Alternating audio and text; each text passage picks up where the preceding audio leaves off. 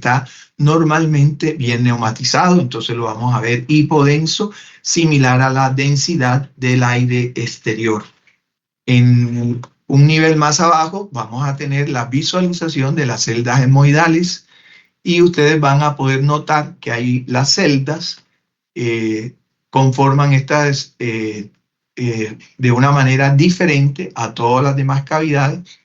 En los senos etmoidales, de manera bilateral, unas cavidades divididas por láminas de estructuras óseas muy delgadas y finas que mantienen una aireación normal cuando están libres de procesos infecciosos o inflamatorios. Lo que tienen adentro pues es simplemente aire. Aquí vemos otra vista sobre el seno etmoidal, una vista más inferior, y que nos vamos aproximando a la neumatización del seno esfenoidal. Acuérdense que el seno esfenoidal es el más posterior de las cavidades paranasales. Igual que las anteriores, en el estadio normal, van a tener este aspecto de neumatización normal. Y más abajo, pero de manera anterior, vamos a tener los senos maxilares, que igual son pares y que en el estado normal muestran esta normalidad de neumatización hasta las partes más inferiores o declives. De paso, aquí les aprovecho para mostrar que estas densidades acá, hipodensidades sobre esta zona, es sobre el hueso temporal y corresponde con las celdas temporales o mastoideas, que estas también pueden opacificarse en los procesos inflamatorios de otomastoiditis. Entonces vean que aprovechando aquí, estos son los conductos auditivos. Este paciente está un poquito inclinado y podemos ver este conducto auditivo interno y no vemos a la misma altura, ni estamos viendo acá el conducto auditivo interno izquierdo. Eso porque el paciente probablemente inclinó un poco la cabeza y no se corrigió en esta imagen. Entonces vean que el aire nos ayuda mucho a saber si estas cavidades y en el caso de oídos están normales. Es muy importante entonces conocer de previo la anatomía normal y la neumatización de estas estructuras. En el plano coronal, vean lo que igual, ustedes ya saben que pero un segundito por aquí nada más.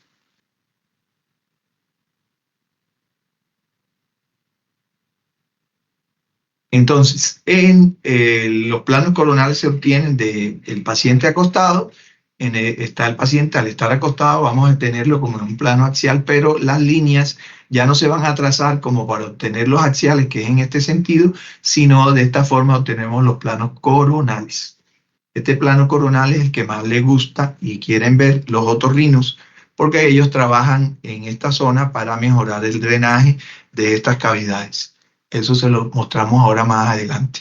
Vean que entonces en el primer plano anterior tenemos acá el seno frontal, igualmente bien neumatizado.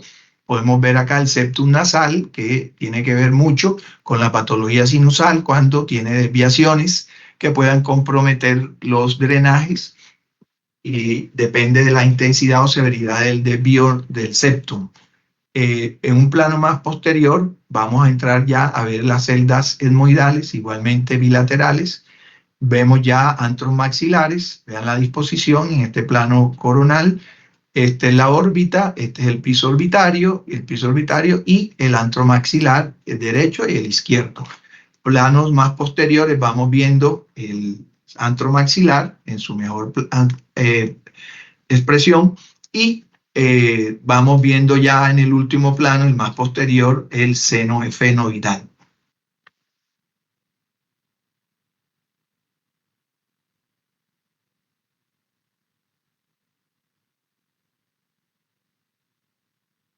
Siendo caso la... Ok, esto es lo importante para los otorrinos y lo importante para todos, porque aquí es donde en ocasiones están pues las obstrucciones dadas por diferentes alteraciones Entonces, muy importante hablar de la unidad o complejo osteomeatal, que este es bilateral y tiene que ver con los sitios de drenaje del antro maxilar, de los senos frontal inclusive y de las celdas esmoidales. Entonces, en la estructura de esta unidad o complejo osteomeatal siempre va a haber proceso uncinado. Vean, es una prolongación que viene de la pared medial del antro maxilar. Es una prolongación a manera de gancho y se llama proceso uncinado. Es bilateral y forma esta pared interna de este canal que viene siendo el canal clave para el drenaje del antro maxilar. Tiene una parte inferior que se llama infundíbulo, que atraviesa todo esto prácticamente, y acá se abre en lo que se llama la boca de ese canal, es el hiato semilunar. A cada lado de ese canal pueden haber estas bulas llamadas bulas etmoidales, que son celdillas etmoidales, que depende si esta celda, vamos a ver aquí, un momentico, si esta celda en vez de tener este tamaño se nos hiciera más grande y la pudiéramos dibujar así, entonces ¿qué pasa? Comprime y cierra la cavidad. Entonces lo que se produce aquí, las secreciones que se producen en el antro, no van a salir. El antro se va a inflamar y vamos a tener estos problemas de sinusitis. Esa es más o menos una de las posibilidades que puede hacer esto. Otra posibilidad que puede alterar el normal funcionamiento de esta cavidad es el tema del septum, que les mostraba. Si aquí viene el tabique y el tabique baja por aquí y en vez de estar aquí se viene hacia acá, termina comprimiendo hacia este lado la unidad osteomeatal, si fuera a la derecha, y si fuera a la izquierda, igual el tabique desviado hacia acá nos llevaría a tener para hacer un cambio aquí. Si nosotros corremos el tabique, pues el tabique va a comprimir el proceso uncinado y nos va a cerrar esto. Esos son los mecanismos cuando es por septum o cuando aparecen otras estructuras que pueden generar una obstrucción de esta unidad, haciendo que resalte pues la mucosidad y la obstrucción de esa cavidad haga que se genere un proceso inflamatorio. Entonces, a recordar, las unidades osteomatales están ahí, no se pueden obstruir. Si se obstruyen por desviaciones septales, por pólipos, por bulas hemorroidales prominentes, todo esto nos va a llevar a un cierre del drenaje y nos va a llevar a complicar con una obstrucción dependiendo de donde esté ocurriendo. Importante algo para saber, la anatomía nos lleva a que le mostremos qué pasa con los cornetes. Entonces tenemos cornetes inferiores, vean la morfología de ellos, no se puede confundir esto con pólipos ni nada, es una morfología normal. De esa pared medial del antro depende el que haya una estructura en donde están adosados esta mucosa que corresponde con el cornete inferior. Hacia la región más superior están los cornetes llamados medios, que vienen desde arriba, desde el etmoides, y que igualmente el tamaño de ellos o si hay procesos inflamatorios con ellos, van a tapar las unidades osteomeatales dependiendo de cuál tenga la hipertrofia. Por eso, cuando están hipertróficos, aumentados de volumen, pues en ocasiones los tienen que operar y adelgazar para que disminuya la obstrucción. Igualmente, generalmente antes de operar, tratan médicamente con los procesos alérgicos y todas estas enfermedades con el tratamiento médico antes de la cirugía. Y hay cornetes superiores que son generalmente de muy escasa representación. Hay unas veces que prácticamente no se ven, pero existen. Sabemos entonces que los cornetes medios y los inferiores son los que más vamos a estar valorando y más vamos a estar mencionando en los diferentes estudios. Entonces, vean que existe unas características en la valoración e interpretación de los senos paranasales que no nos puede confundir. Hay un ciclo que se llama el ciclo nasal, que es normal, en donde una vasodilatación de estos cornetes va a ser asimétrica. Entonces uno, en el momento que haga el estudio, podemos ver que hay un cornete grande, grueso, y hay otro delgado, diferente, con una asimetría por menor volumen, pero esto corresponde con un ciclo que se llama nasal normal, en donde, dependiendo de varias cosas, él va a tener alternadamente un espesor mayor, los cornetes, que el otro, mientras están en ese proceso, que son ciclos de 50 a 66 horas. A veces cuando el paciente está acostado de medio lado, el cornete más dependiente por gravedad va a tener más prominencia, por eso de todas maneras en el caso de los TACs siempre se va a encontrar al mismo nivel. Estas cosas en general no se deben tomar como patológico y hacer pues en ocasiones la mención de que corresponde con cambios de tipo fisiológico. Generalmente estos ciclos no se acompañan de patología sinusal. Como les dije al principio, el desarrollo de estos cavidades paranasales, pues desde el nacimiento y en la infancia tiene más o menos este proceso.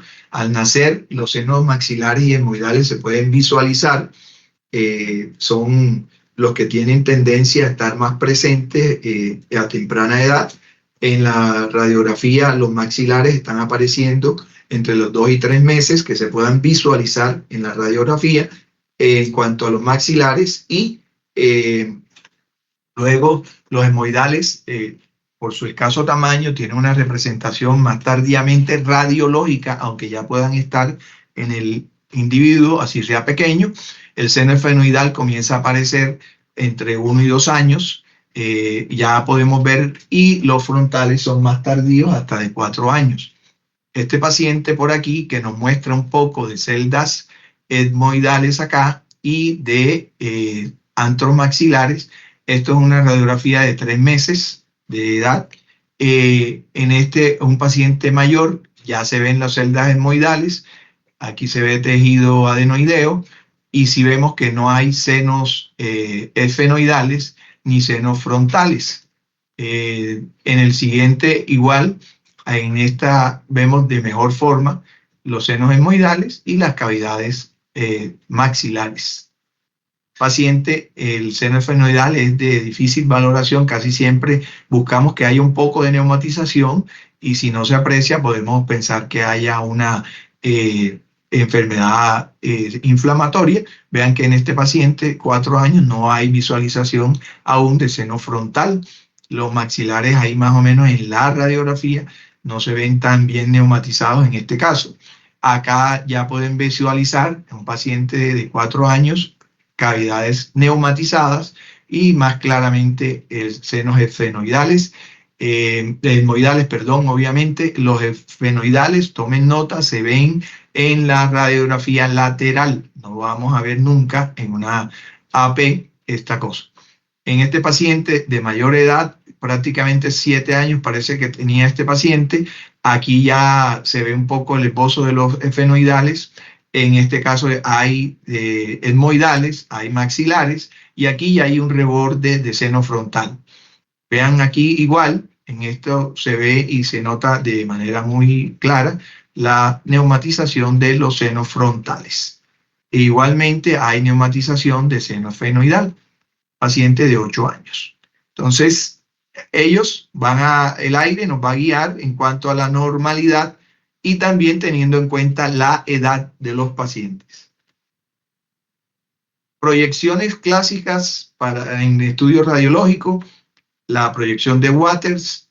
En unos países le dicen serie de senos paranasales y se hacen estos 3 estudios. En otros lugares se hacen serie de senos paranasales y se hacen estos 2, la proyección de Caldwell y la proyección de Waters. A nosotros nos gusta más hacer las 3 proyecciones, que incluya esta, porque esta, además de ver la nasofaringe, también nos ayuda a ver tejido adenoideo, y muchos pacientes con síntomas respiratorios, además de problemas sinusales, puede tener problemas de hipertrofia adenoidea, y no es sino con esta incidencia lateral que podemos acompañar o apoyar el diagnóstico de la enfermedad que tenga el paciente. Entonces, eso para tenerlo en cuenta.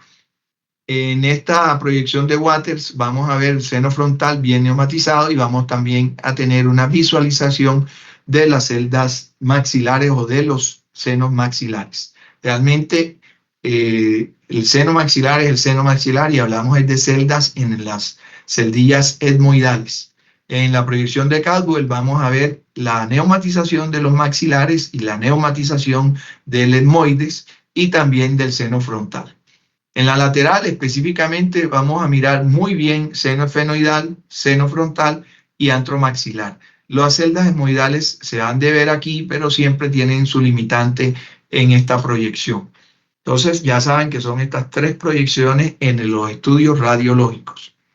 Entonces, esta es la manera como se obtiene la proyección de Caldwell, en donde el cráneo está pegado a la placa y está angulado, en 15 a 20 grados está angulado el cráneo cuando se pega a la placa. Vean que aquí hay una discreta separación y el rayo está orientado en este sentido, igual inclinado en 15 a 20 grados, y por eso se obtiene una vista de los senos etmoidales y de los antros maxilares cuando están bien neumatizados. Ya les habíamos dicho lo del fenoidal, como se ve en la lateral, y todos los demás. Esta es la proyección del etmoidal, pero vean la diferencia de la neumatización aquí con estos otros senos, en donde estos sí realmente se ven bien aireados y acá existe la duda siempre de esto. En la proyección de Waters, pues el seno frontal y los antros maxilares con una buena neumatización. Acá el rayo entra de manera posterior y lo que está angulado es hasta un 37 grados, es la posición de la punta de la mandíbula con la órbita en este grado de 37, 35 y el rayo recto por la parte posterior para obtener esas imágenes. Entonces, importantes patologías de los senos. Vamos a ver dos de las importantes, que son la sinusitis, que es la más común y la más que vamos a ver o es frecuente. En la patología o en la visualización de radiología convencional, aquella neumatización que teníamos, pues ya no la vamos a tener cuando tenemos un proceso de sinusitis. Le habría hablado del nivel hidroaéreo en la resonancia. Vean cómo se ve el nivel hidroaéreo en la radiología convencional. Si nosotros tenemos una visualización en la que podemos imaginar que el antro maxilar viene por aquí y que acá viene por acá, sabemos que esta opacidad que está ahí donde está el nivel es moco, y esto es una sinusitis aguda en razón de este nivel hidroaéreo. Deben saber pues que entonces generalmente los procesos virales son los más comunes, pero se complica con infecciones bacterianas sobreagregadas y el paciente va a tener obstrucción nasal, dolor facial, cefaleas, las dificultades respiratorias, el escurrimiento posterior. En fin, en el estudio radiológico vamos a ver la opacidad del antro que esté ocupado en el caso de los maxilares y del seno frontal o de los senos etmoidales o esfenoidales, de acuerdo a también aparte de la clínica y lo visualizado en los estudios convencionales. En la tomografía, entonces ustedes van a tener esta visualización en la que hay material ocupativo de los antros, ya no se va a ver neumatizado como debería verse, ya no tenemos esta imagen que estoy señalando acá, sino que va a haber un engrosamiento del revestimiento mucoso de estos antros. Acá en el lado izquierdo prácticamente llena todo y en este otro parcialmente. Vean que la zona del infundíbulo está llena de mocos. Aquí realmente el tabique se ve central y más bien el proceso inflamatorio está sobre esta unidad, sobre ambas unidades osteomiatales con procesos inflamatorios a estos niveles. Cuando hay más cronicidad, en ocasiones tiene este aspecto en donde hay como un adelgazamiento de las estructuras de los cornetes y una rarefacción de las paredes de los antros, que tienen un aspecto de este tipo. De igual forma, aquí en este solo plano vemos que hay un poco de desviación septal. Podría ser que en otros planos hacia posterior o hacia anterior haya más desviación septal, comprometiendo esas unidades osteomiatales. Entonces, para que se lo lleven guardado, opacificación de los senos, son cambios de probable naturaleza inflamatorio. No olviden que pueden haber tumores ocupando también los antros maxilares o los senos frontales, en fin, depende del nivel. Los niveles hidroaéreos hablan de sinusitis aguda, el engrosamiento mucoso igual de sinusitis, visto de preferencia en el estudio tomográfico, pero que ya saben que también puede haber, como por ejemplo acá, este es el equivalente en la radiología convencional del engrosamiento mucoso, mientras que acá lo ven en la tomografía. Eso, ¿para qué nos sirve la tomografía? Pues también nos sirve para ver las complicaciones de la sinusitis. Y de hecho, por su cercanía con las estructuras craneales, entonces la sinusitis se puede complicar con un absceso craneal o cerebral si esto supera las paredes en el caso de la sinusitis frontal, o en ocasiones la región etmoidal también puede avanzar hacia perforar la pared y comprometer el cerebro y generar un absceso. Entonces, vean cómo patrones de sinusitis aguda y de crónica en la tomografía. Era lo que le decía de la rarefacción de las paredes de los antros. Si ustedes tienen un proceso agudo, primero el tiempo de evolución y los hallazgos tomográficos, pues nos permiten determinar que la estructura ósea se aprecia bien nítida, bien definida, la pared anterior con una geometría lisa, y nada más los cambios ocupativos del antro que esté comprometido. En el caso de la sinusitis crónica, pues van a ver que la pared de los antros, pues van a tener una pérdida de esa geometría, van a verse curvos, como deprimidos. En ocasiones puede llegar a la ruptura completa. Acá hay cambios ocupativos y hay un aumento de la densidad de la estructura ósea, incluso con algún grado de proliferación ósea y de irregularidad de los contornos, además de la historia clínica de episodios a repetición. Entonces, estos patrones, sinusitis aguda versus sinusitis crónica, pues son muy así de fotografía, de que esto, como se los estoy mostrando, ustedes lo deben llevar en el sentido de tener una claridad en cómo es que se ve o cómo es que puede alterar esa, un segundito, la anatomía normal, cómo se puede ver alterada en los casos de cronicidad. Entonces, un segundito aquí. Entonces,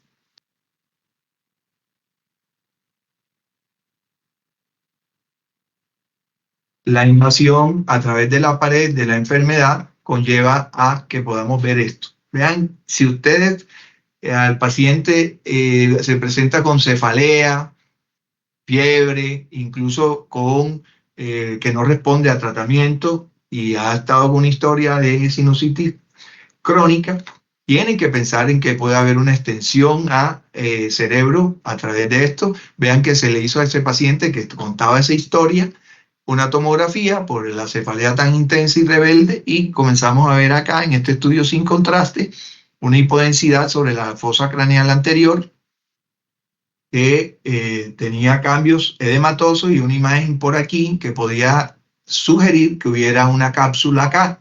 Se le hizo una resonancia con contraste y se confirma la sospecha, en donde hay una alteración que tiene a la suministro de material de contraste, tiene una cápsula, un borde que capta el material de contraste, y ustedes acá sí pueden ver en este corte, porque en este de aquí, en el que yo le aportaba, se veían cambios de sinusitis, pero maxilar, pero era por el nivel de corte, En este tenemos que acá el seno frontal, vean cómo está captando el material de contraste, y acá la lesión, obviamente esto es una lesión con captación en anillo que lo convierte en un absceso como primera opción en razón de las alteraciones inflamatorias tanto del antro maxilar como del seno frontal, y una extensión a cerebro con cambios edematosos, que eran estos que se veían aquí, y el absceso en esta parte, que es lo que ven ustedes por acá.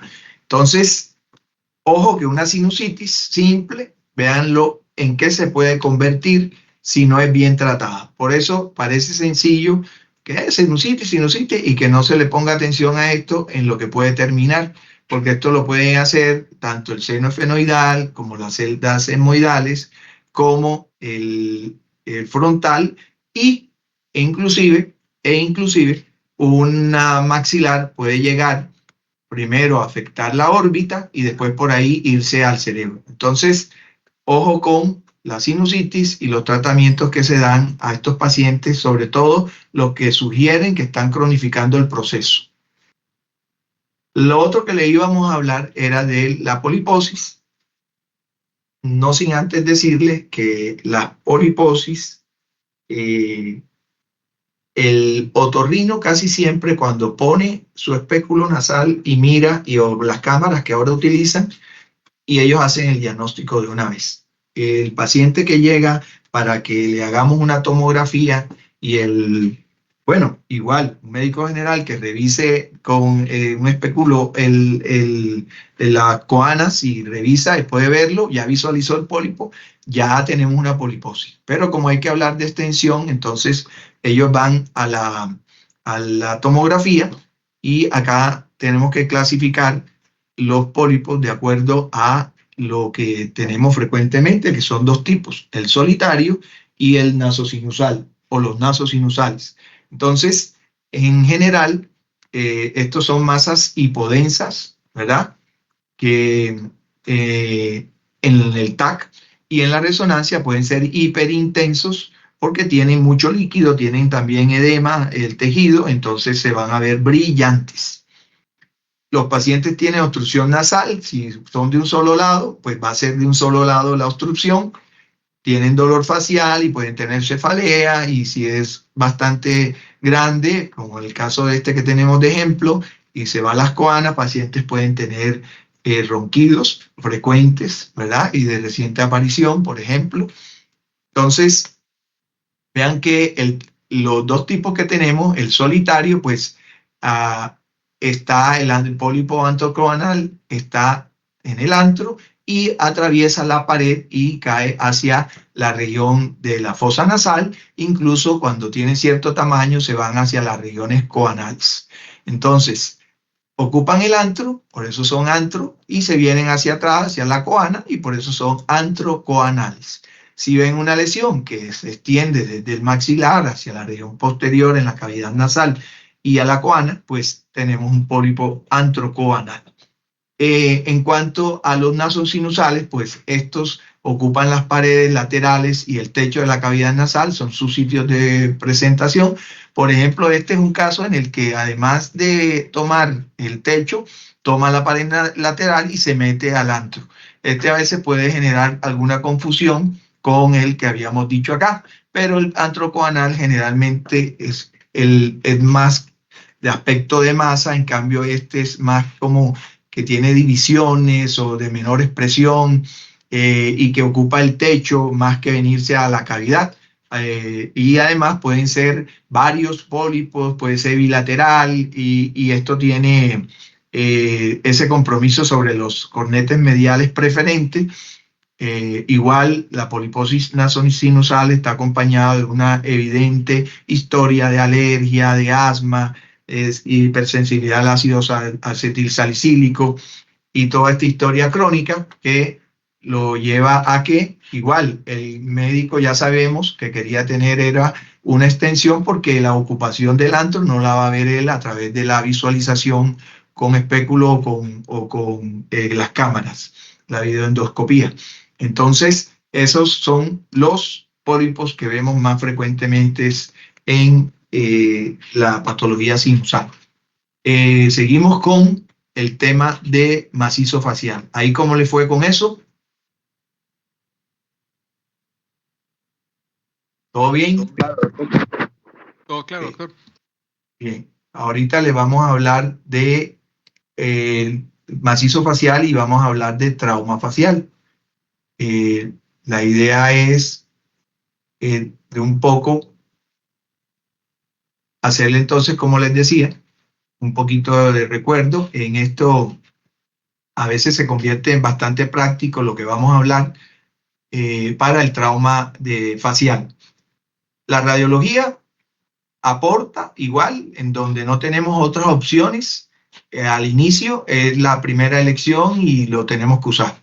Pero el paciente que tiene fracturas faciales realmente necesita una tomografía para su rehabilitación y la corrección adecuada de sus fracturas, porque la maxilofacial y la cirugía maxilofacial tiene mucha importancia en el tratamiento de esto y las reconstrucciones faciales han tenido un éxito rotundo con la aparición de técnicas nuevas de cirugía.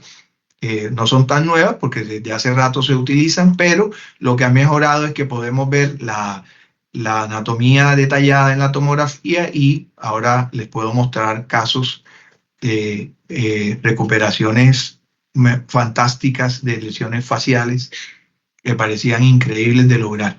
Entonces, la radiografía simple, pues, como les dije, de primera entrada, entonces vamos a tener senos frontales, piso orbitario que cobra mucha fuerza en esta patología del macizo, el arco cigomático, que también es clave en la visualización, pero vean que mientras esta es una radiografía de Waters, esta es una tomografía con una reconstrucción tridimensional que equivale a este Waters y vean que el detalle pues no tiene nada que compararse la capacidad de detalle anatómico de esta tomografía.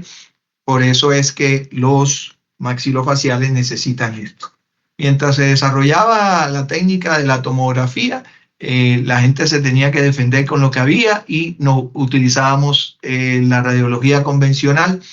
Se crearon y desarrollaron estas líneas que nos daban una guía para que la integridad de ellas nos permitiera eh, suponer y asumir que había integridad de las estructuras que valorábamos. Estas líneas de McGregor Campbell, estas tres, talladas representando el techo orbitario, pasando por el límite superior, representando la región de los arcos cigomáticos y pasando por el piso orbitario, y esta última pasando por la mandíbula y tomando la apófisis coronoides y el cóndilo maxilar, que los incluía en las curvas.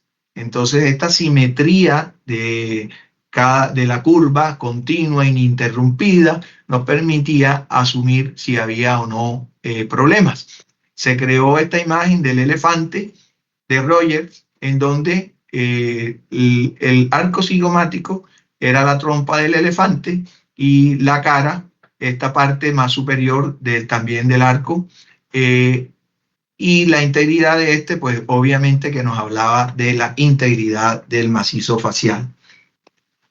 Entonces, ¿servían esas líneas? Pues sí servían.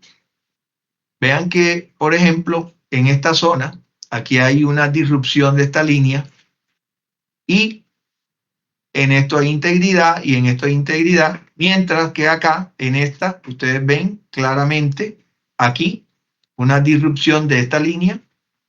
Y si usted, bueno, la línea viene por aquí, por la coronoide. Si yo la trazo por aquí, por aquí, por aquí, esta parte va a estar por encima y hay como una asimetría, pero esta no necesito hacer esa curva porque aquí veo el trazo de fractura prominente. Pero la otra línea aquí sí está rota y aquí hay una fractura. Y también aquí el piso orbitario que viene por aquí, que debe ser continuo, aquí está interrumpido y acá también. Entonces vean que la radiología convencional, pues en esos momentos nos ayudaba a visualizar esas fracturas Vean acá y vean acá. Esta, voy a devolver porque esto, aquí estaba la fractura estaba en esta zona. El arco cigomático tiene que tener esta curva y acá se se horizontalizó y acá continúa. Esta es la fractura en esta Waters y esta es la fractura del piso orbitario y la fractura en esta parte del antro maxilar. Este antro maxilar, muy diferente a este que está neumatizado, acá en esta parte tiene una densidad de tejido blando. Esto es sangre, esto es hemosinus. También hay una imagen compuesta aquí en este reborde del labio que se interpone un poco en este estudio radiológico. Obviamente, paciente con esta clase de fractura tiene que ir a una tomografía para visualizar los hallazgos de mejor manera. Entonces, espérate que esta se me fue. Entonces, para la complejidad de las fracturas faciales, en los últimos años han habido cambios porque ya ustedes de pronto ya hablaron o ya escucharon las fracturas de Lefort, que es la clasificación clásica, pero ahora los maxilofaciales quieren que les estemos hablando más de los pilares y son pilares verticales y pilares transversales, como lo pueden ver en el esquema. Entonces, hay un pilar maxilar superior transverso que va por el piso orbitario, hay uno maxilar inferior transverso que va a la altura del paladar y hay mandibular superior transverso y mandibular inferior transverso, así como su nombre lo indica, por dónde van esos pilares. Y también hay verticales, y entonces va uno por la pared lateral orbitaria y va otro por la pared medial orbitaria, de cada lado, derecho e izquierdo. Igual, vean lo que les decía, este es un paciente real con una destrucción completa de la cara, con fragmentos ad infinitum, fracturas de todo, arco cigomático, la pirámide nasal y maxilar y mandibular.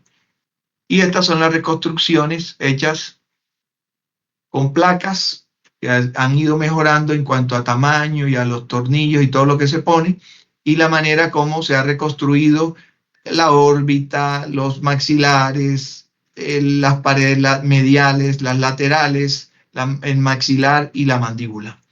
Vea que era una fractura parecida a aquella que les mostré, casi que de la sínfisis, y aquí están todas reparadas y el paciente tiene cara.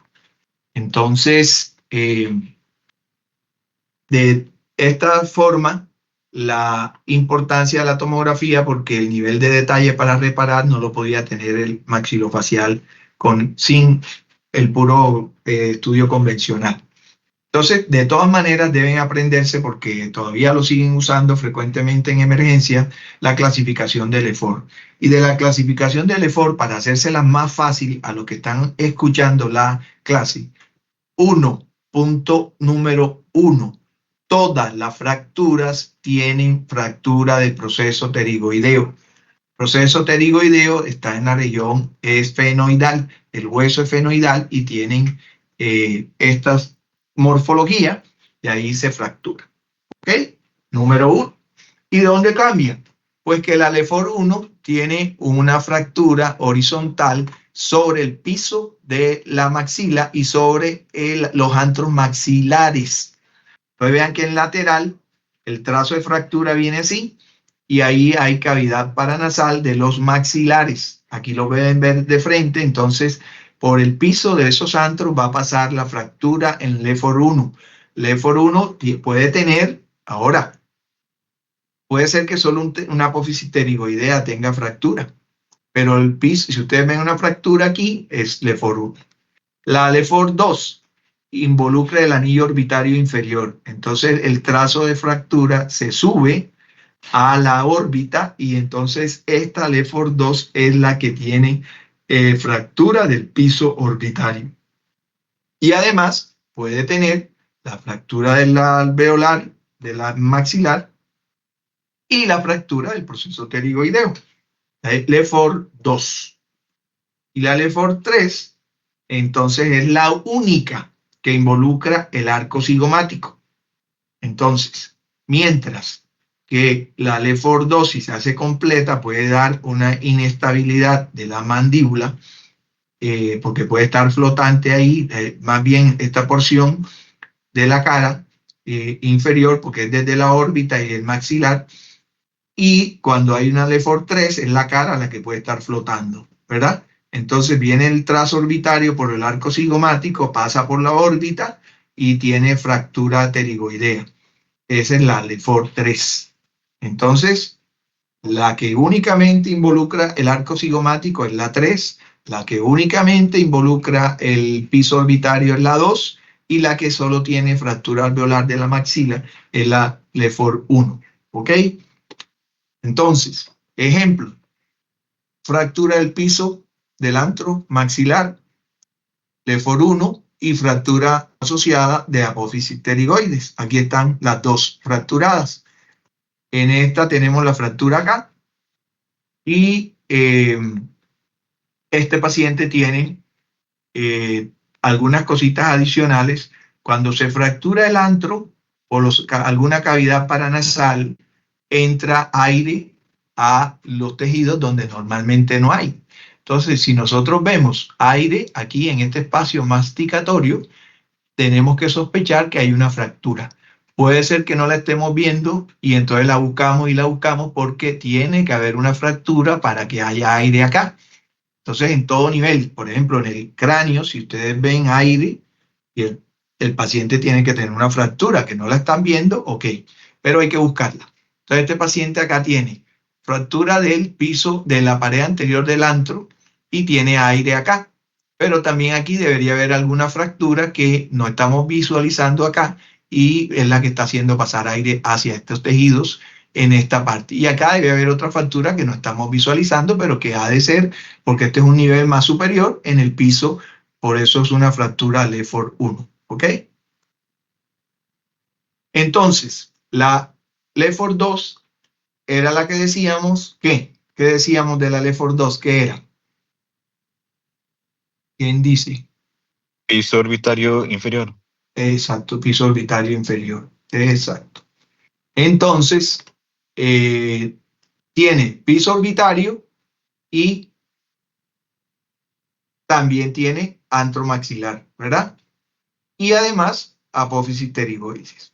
Porque en el grado que va subiendo, la otra puede o no puede estar, pero generalmente va a estar, ¿verdad? La del nivel inferior, porque es mayor el trauma y mayor la fuerza que se dan, que son capaces de romper o fracturar la estructura ósea que recibe el traumatismo.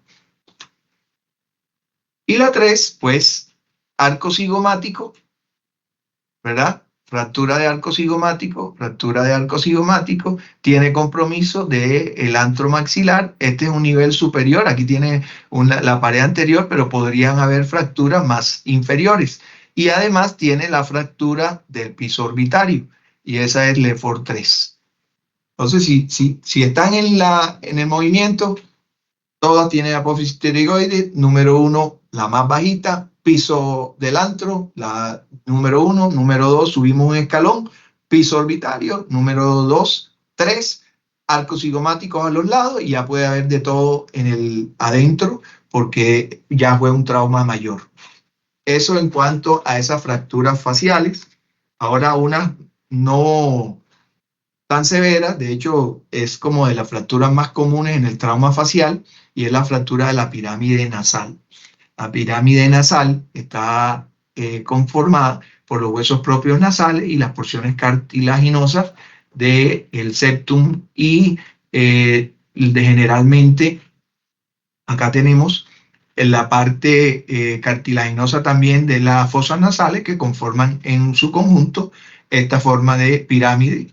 Y a veces es de las estructuras que más fácilmente se pueden fracturar porque con cargas o golpes o fuerzas aplicadas no tan altas puede haber fractura.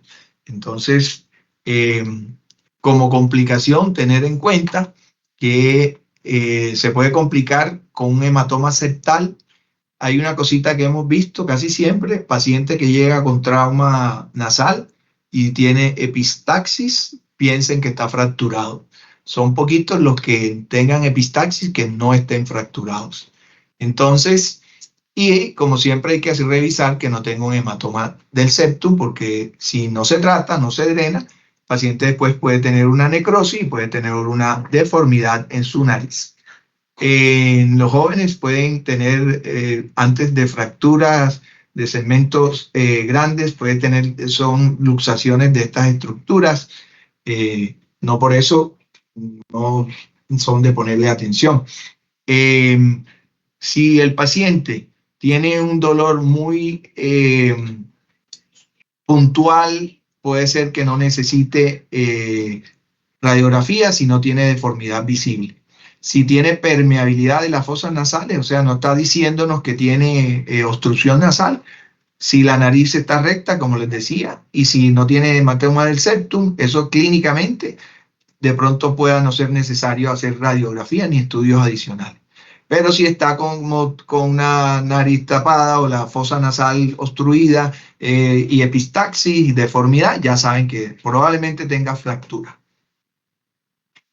¿Y eso cómo se ve? Entonces, si no habían visto un perfilograma, esto es un perfilograma. Y bueno, se utiliza la Waters y la Caldwell porque queremos ver cómo está el tabique nasal, ver si hay desviaciones y si se pueden ver fracturas de esa parte ósea cuando lo vemos de frente, ¿verdad? El perfilograma va a hacerse con una técnica diferente en donde la parte del cráneo y de la cara más allá o detrás de la pirámide propiamente dicha no se va a visualizar, va a salir así, radio opaca, y no es por mala técnica, sino que así es lo que queremos obtener para destacar esta imagen de los huesos propios nasales. Importante, en esos huesos propios nasales apréndanse esto. Aparte de la integridad de la cortical del hueso en esa imagen que tienen aquí, ustedes van a poder ver dos líneas generalmente en esos huesos propios nasales. Una más gruesita, radiolúcida, que es la sutura nasomaxilar. Vean la que esta viene siendo, si se puede decir, paralela al eje del hueso propio. Y esta otra también, o sea que son de esta orientación. Esta otra es el surco para el nervio nasociliar. Esas dos, a veces estas no se ven en las placas, depende de cómo sea la técnica. Pero entonces el mensaje es que estas líneas que ustedes ven en este sentido longitudinal no son líneas de fracturas y esta es la causa de pitfall más común. Las fracturas tienen trazo de esta naturaleza.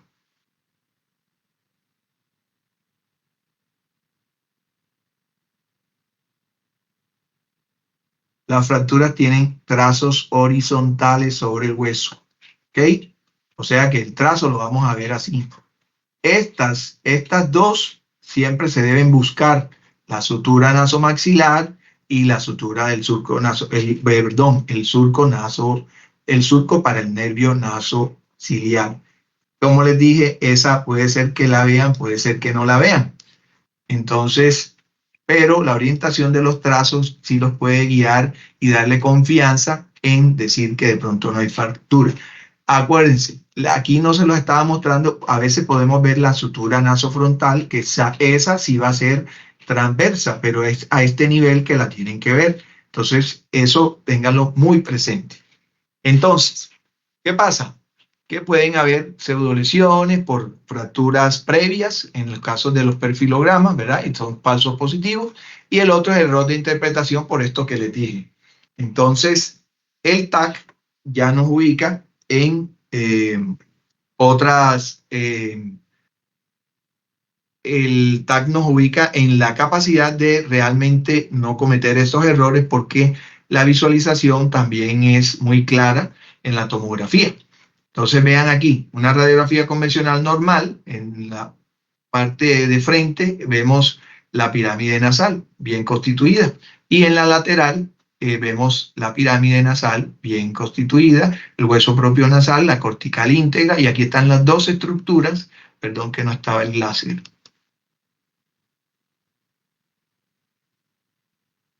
Las dos estructuras lineales que les decía, ahí se ven, esa del nasociliar se ve menos, pero ahí se ven. En la tomografía, vean cómo es. Esta es la sutura nasomaxilar, es bilateral. Tienen que buscar la simetría, ¿ya? El tabique nasal.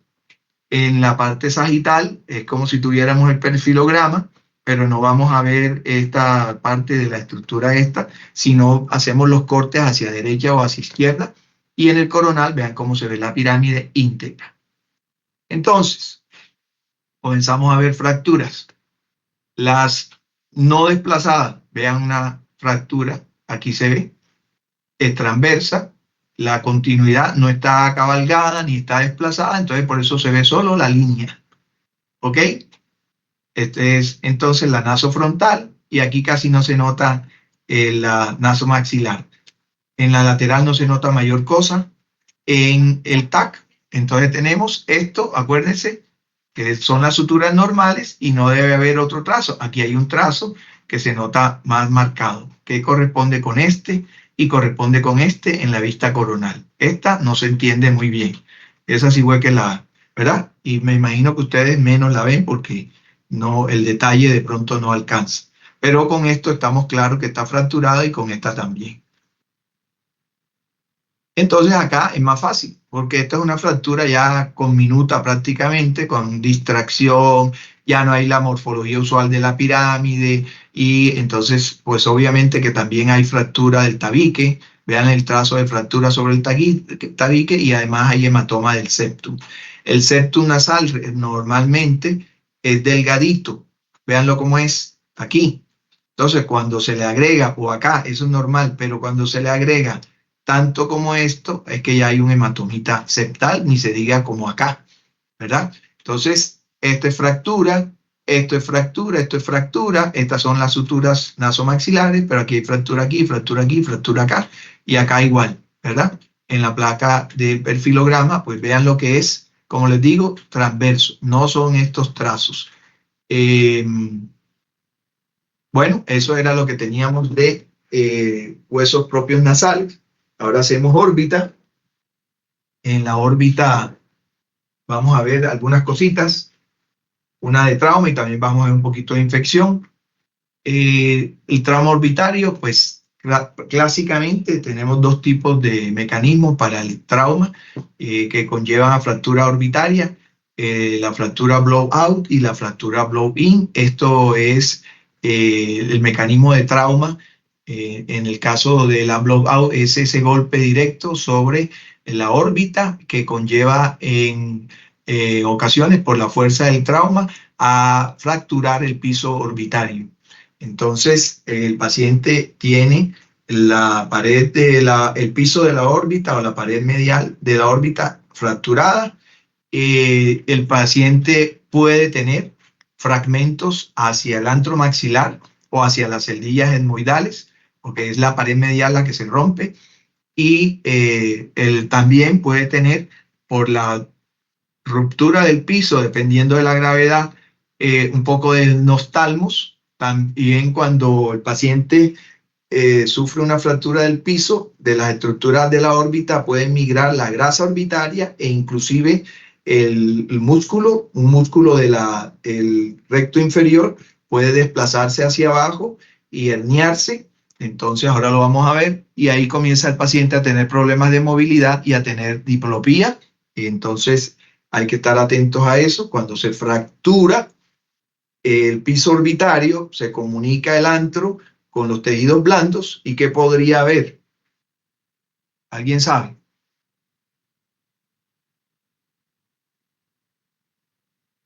Era como les había dicho en el otro trauma del antro, aire entrando a la órbita, al tejido orbitario o periorbitario, entonces hay enfisema periorbitario, ¿verdad? Y entonces es otro signo, otro hallazgo radiológico que se le agrega al trauma por el cual podemos confirmar de que hay comunicación entre el antro y la órbita. Y la fractura blow-in generalmente es una fractura del techo orbitario. Vean que es lo contrario de la blow-out y los fragmentos de este techo pueden migrar hacia la órbita. Entonces también puede producir atrapamiento de los músculos extraoculares, puede producir además lesión del nervio óptico y lesiones intracraneales por la proyección de fractura hacia la fosa craneal anterior, hacia la región frontal. Entonces, son fracturas que son diferentes sobre la órbita, comprometiendo una a la parte inferior y otra a la parte superior. Entonces, lo que les dije antes nos da signos que debemos buscar en la tomografía y en la radiografía simple. Vean qué bonito que en la época que nos teníamos que defender con la radiología convencional, pues teníamos esto. El paciente con trauma orbitario y esta imagen en el piso orbitario del lado del trauma, entonces que se ha llamado este defecto o esta imagen el signo de la lágrima, y era porque al romperse el piso, la grasa se herniaba y daba esta configuración dependiendo del piso orbitario. Entonces, paciente con trauma, con esto ya sabemos que está fracturado el piso, se hernia la grasa o el músculo. Y por acá es un signo un poquito más difícil de visualizar, pero que igual la órbita está con su deformidad. Y acá tenemos una radiolucidez. Ese se llamó el signo de la ceja. Y ese enfisema orbitario es igual en el mismo lado de la lesión y diciéndonos que hay una comunicación entre esta fractura del piso y el antro maxilar. Esos dos signos, vean acá cómo se ve el de la ceja, el de la lágrima, perdón, en la tomografía, la disrupción de la cortical y la herniación de la grasa y probablemente de algún elemento muscular. Vean el piso orbitario normal, la ubicación de la musculatura. Realmente aquí lo que está todo es pura grasa, porque el músculo, vean lo que se hizo hacia un lado, está aquí. Entonces, y en este otro caso, igual, aquí sí hay un componente un poco de músculo. Y la fractura, el músculo ya está pasando por el defecto, no está más allá, pero está aquí. Ya este músculo probablemente ya comienza a tener problemas de movilidad y el paciente tenga diplopía. En este caso, la órbita, ustedes ven la contralateral, cómo está la pared, que es muy fina, y ustedes acá ven que no se ve la pared y se ve esta densidad de tejidos blandos, entonces sí pueden decir que también tiene fractura de la pared medial de la órbita. Tiene piso y tiene pared medial.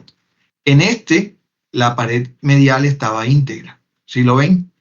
Que acá hay aire en las celdas hemoidales. En cambio, aquí hay algo ocupativo dependiente de la órbita y que pues tenemos que asociarlo a disrupción de la pared.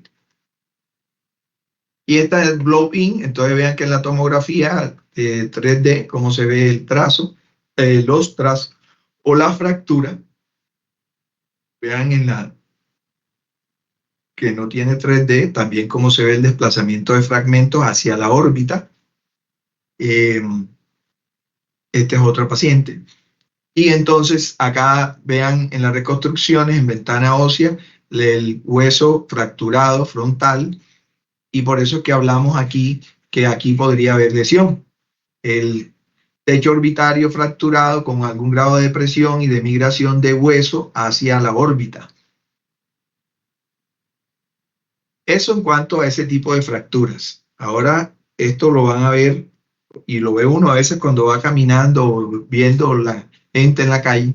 A veces puede ver este paciente y ya ustedes saben, eso se llama esoftalmos y esto parece complicado, pero no lo es. Ese esoftalmos, vean que generalmente está asociado hasta un 80% a patología tiroidea. Casi siempre es por hipertiroidismo, hasta un 90%. Este esoftalmos es la manifestación extratiroidea más frecuente de la enfermedad de Graves. Pero deben saber que hay un porcentaje menor del 10% que lo pueden tener pacientes hipotiroideos y pacientes eutiroideos. Entonces no es que ven el paciente con esoftalmos y de una vez ya dijeron que son hipertiroideos. Podría ser la mayoría de la frecuencia que sí lo sea, pero ya saben que existen otras posibilidades. Hay que hacer el diagnóstico. Entonces, cuando esto sucede, está relacionado a lo siguiente, dos cosas. Vean cómo es una órbita, un nervio óptico y una musculatura extraocular, ¿verdad? Los músculos tienen un grosor y un espesor que ya lo vamos a ver, pero en esta patología lo que sucede es que el músculo se engruesa, ¿verdad? Se hace más grande, aumenta su diámetro y la grasa también sufre cambios que podemos verlo es en la tomografía, en lo que hay un proceso inflamatorio de esta grasa. Estos aumentos de volumen del músculo y de esta grasa, los cambios inflamatorios hacen que el hueso, que la órbita protruya de su ubicación normal y entonces para eso tenemos mediciones. Entonces, ojo, vean que la idea es hacer un corte previo al globo ocular donde se aprecian la musculatura extraocular y estos músculos tienen sus medidas normales que para la discusión y el aprendizaje debemos decir que no deben ser superiores a los 5 milímetros. Músculo que tiene diámetro mayor de 5 milímetros es un músculo hipertrófico. Pero no solo eso, también hay datos en los cuales podemos decir que además de que está hipertrófico, tiene unos cambios. ¿Y cuáles son? Ya les digo. Veamos esto. Este es un músculo, músculo, el recto medial, recto lateral, recto superior. El recto superior va acompañado del elevador del párpado, casi no se diferencian, y el recto inferior. Entonces, ¿qué pasa en la hipertrofia de ellos? Bueno, pues que lo medimos y mide más de 5, pero ellos también tienen, en ocasiones podemos ver estas zonas. ¿Esto de qué aspecto es o alguien cómo me lo definiría? Esto que estoy señalando acá. ¿Alguien me podría decir cómo es esto en tomografía? Hipodenso. Exacto. ¿Y por qué es hipodenso esto?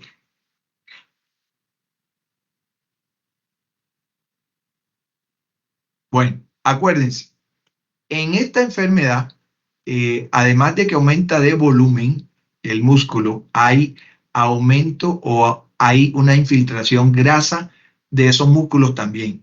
Entonces, esta hipodensidad es porque aquí hay grasa en este músculo, que normalmente no la hay, ¿ya? El músculo normal no tiene grasa en el músculo intraocular. Entonces, aumento de volumen y zonas hipodensas dentro de esos músculos nos hacen pensar en esto y lo otro es que la grasa normalmente es oscura y se torna sucia, entre comillas, a lo que nosotros le decimos estriación de la grasa.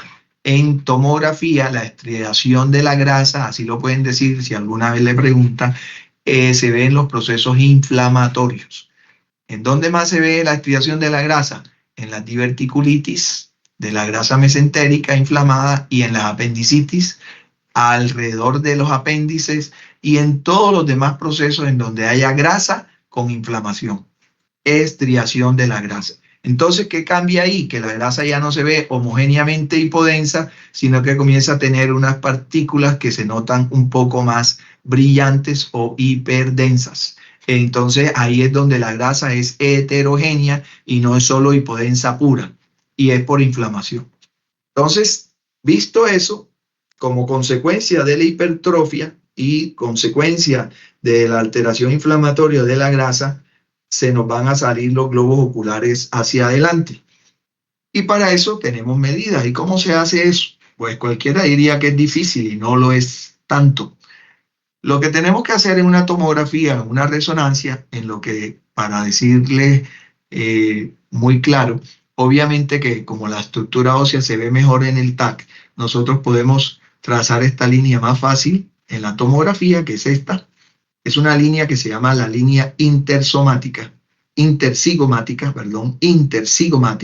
es el arco cigomático. Entonces pasan la línea de arco cigomático a arco cigomático. Línea intersomática, fácil.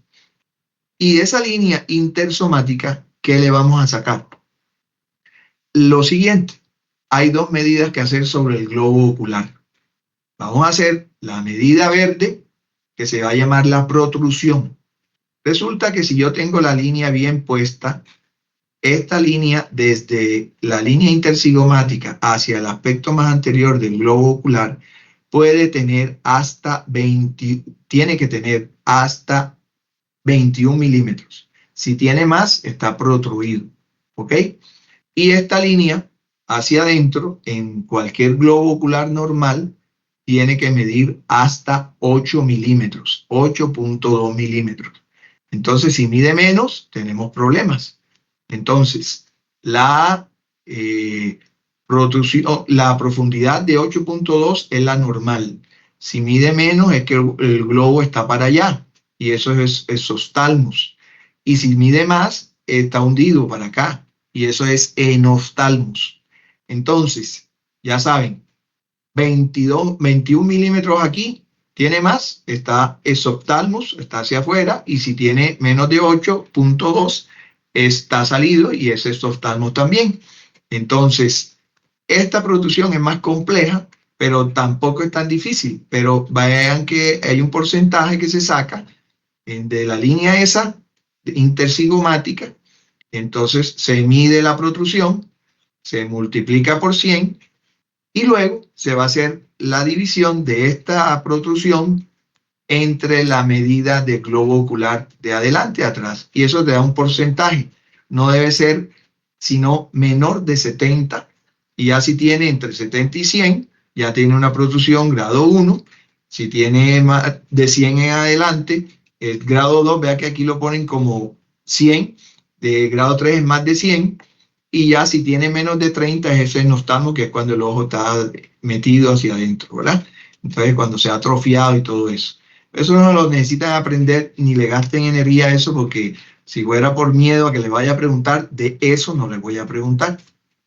Es para que sepan cómo hacemos esas medidas y que se pueden hacer cuando tenemos unas dudas sobre esto. Lo otro importante de ojo, la celulitis orbitaria, esto lo van a ver más frecuentemente en emergencias.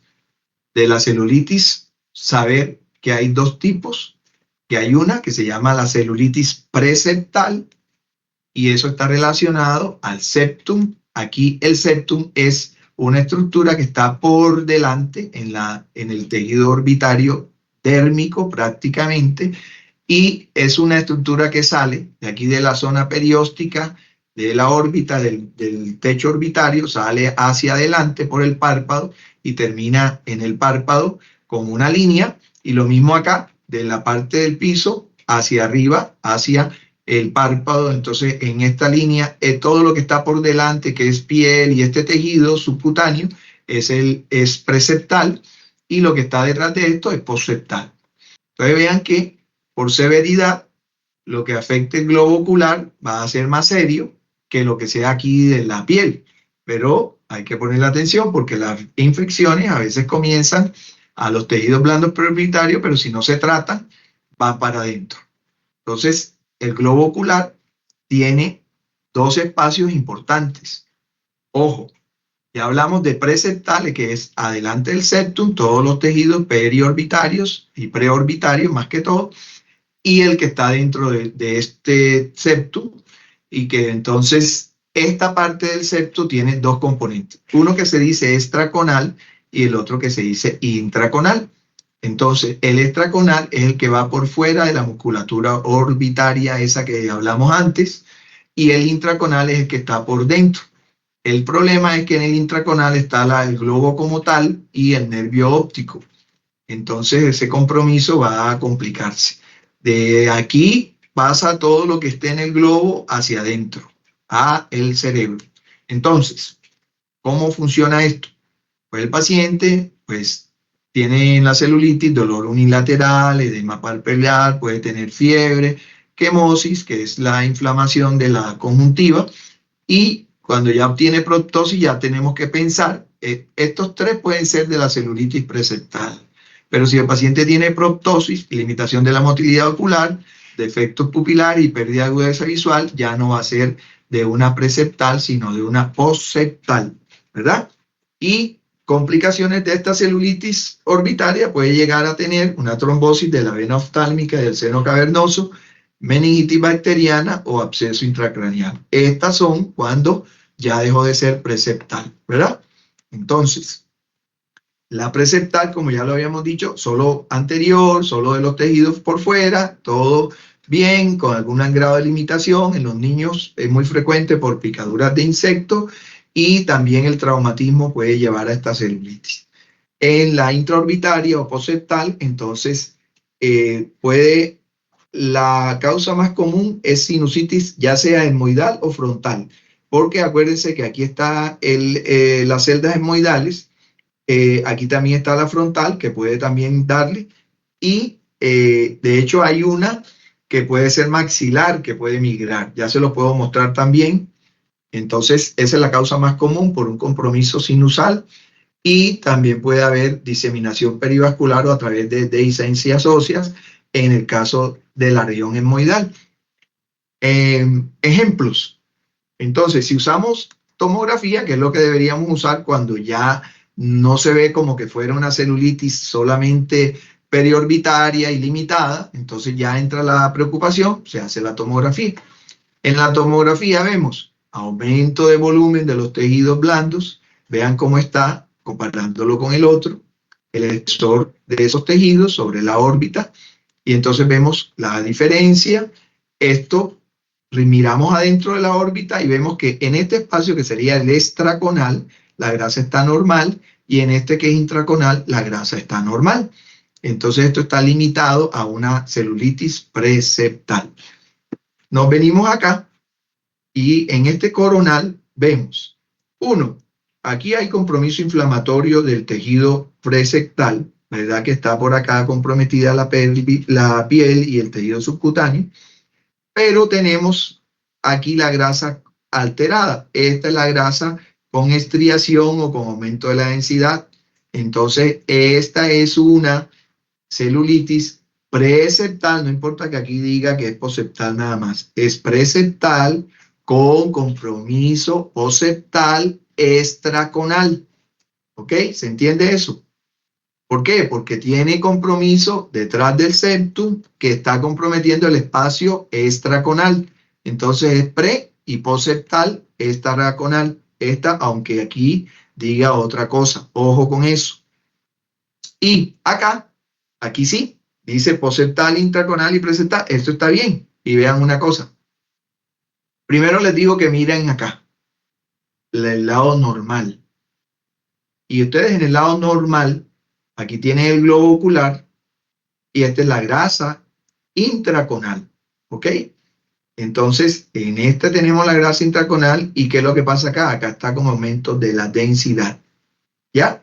Está aumento de la densidad y acá está todo esto con alteración inflamatoria.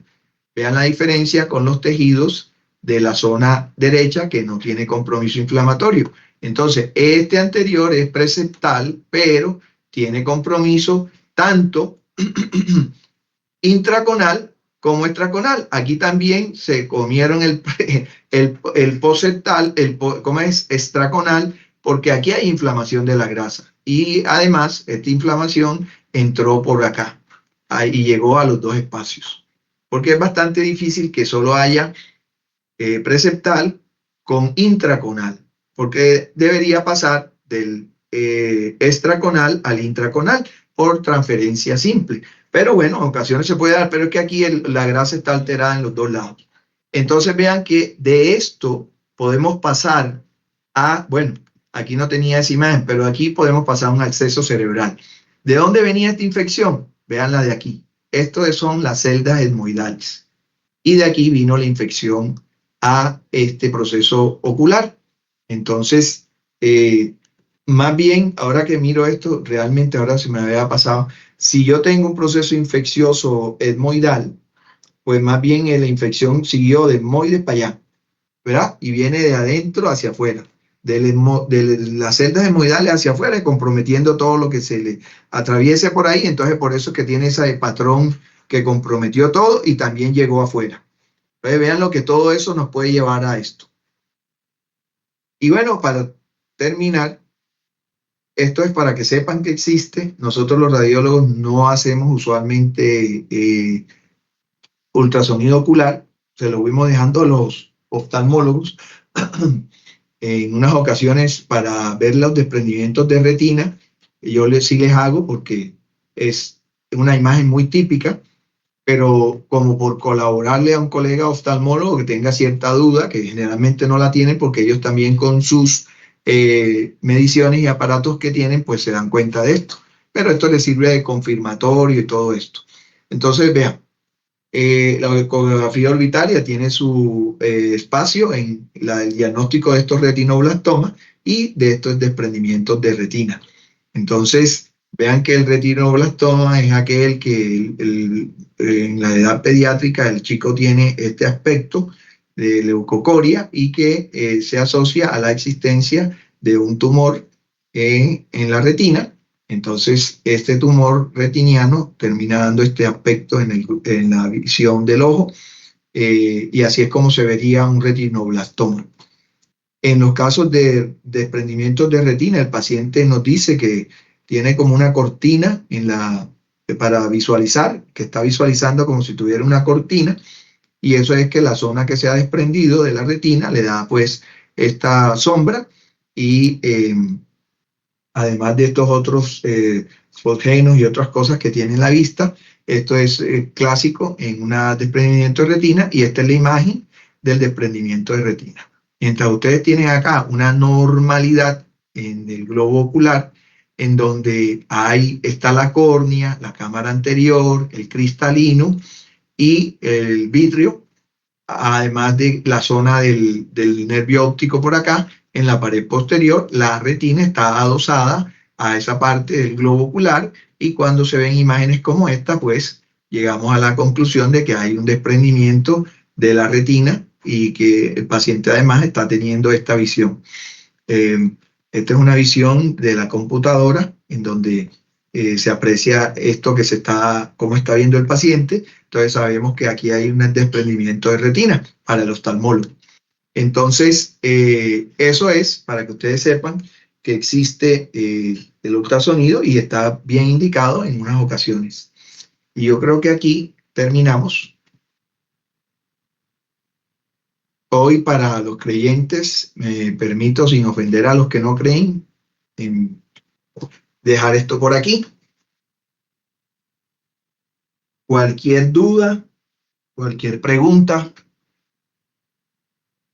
ahí estamos. Muchas gracias, doctor. Bueno, Muchas gracias, doctor. Gracias, ahí doctor. terminamos. Muchas gracias, Doc. Gracias, Nos doc. vemos Gracias, doc. el miércoles. Gracias, doc. Buenas noches.